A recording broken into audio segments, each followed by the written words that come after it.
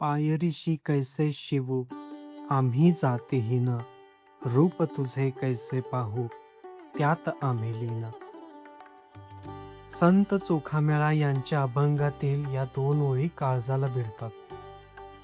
विठुरायाच्या भक्तीत तल्लीन झालेल्या एका भक्ताला केवळ तो खालच्या जातीतला असल्यानं मंदिरात प्रवेश नव्हता.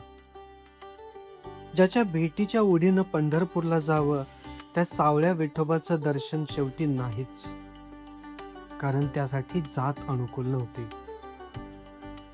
काळ पुढं सरकत राहिला. प्रस्थापित जाती व्यवस्थेला आव्हान देणारी मंडळी जन्म घेत होती आणि त्यांच्या परीनं कार्य करत होती.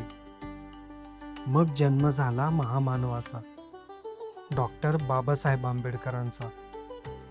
शिका, संघर्ष करा आणि संघटित व्हा हा संदेश देत दलित समाजात नवचेतना जागवण्याचं महान कार्य बाबासाहेबांनी केलं. दलितांच्या हक्कांसाठी त्यांनी आयुष्यभर संघर्ष केला.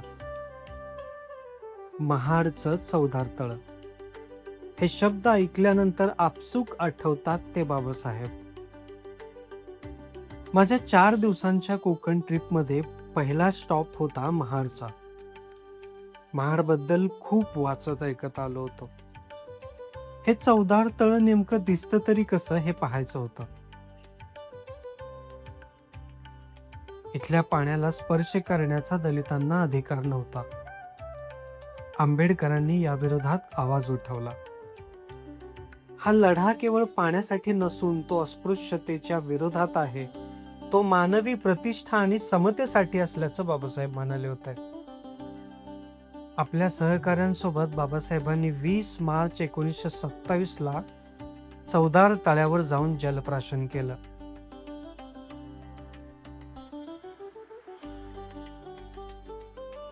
...1927 साली घडलेली ही घटना. आज तिचं शताब्दी वर्ष सुरू आहे.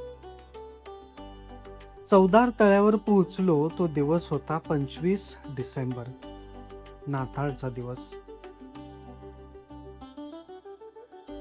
याच दिवशी 1927 मध्ये बाबासाहेबांनी महाडमध्येच मनुस्मृतीचं दहन केलं.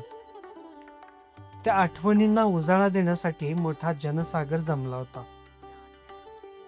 त्यांच्या चेहऱ्यावरचं समाधान, उत्साह स्पष्ट दिसत होता. निळ्या आणि पांढऱ्या रंगाचा सुरेख संगम. तळ्याच्या मध्यभागी आता आंबेडकरांचा पुतळा आहे, दिमाखात उभारलेला. हा संघर्ष केवळ पाण्यासाठी नसून मानवी मूलभूत हक्कांसाठी आहे. हे फार अर्थपूर्ण शब्द बाबासाहेबांच्या पुतळ्याखाली कोरलेले आहेत. तळ्याच्या एका बाजूला पाण्यापर्यंत पोहोचता येतं. बाबासाहेबांच्या सत्याग्रहाचं हे नेमकं ठिकाण.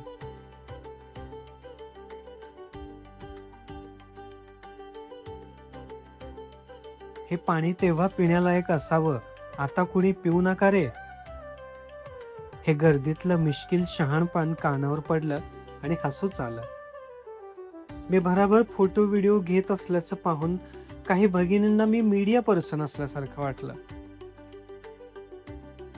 मी मात्र हा अपमान खोडून काढला. म्हटलं, मीडिया पर्सन नाही, मात्र माझं लहानसं युट्यूब चॅनल आहे, तिथं मात्र मी तुम्हाला नक्की पोहोचवेन.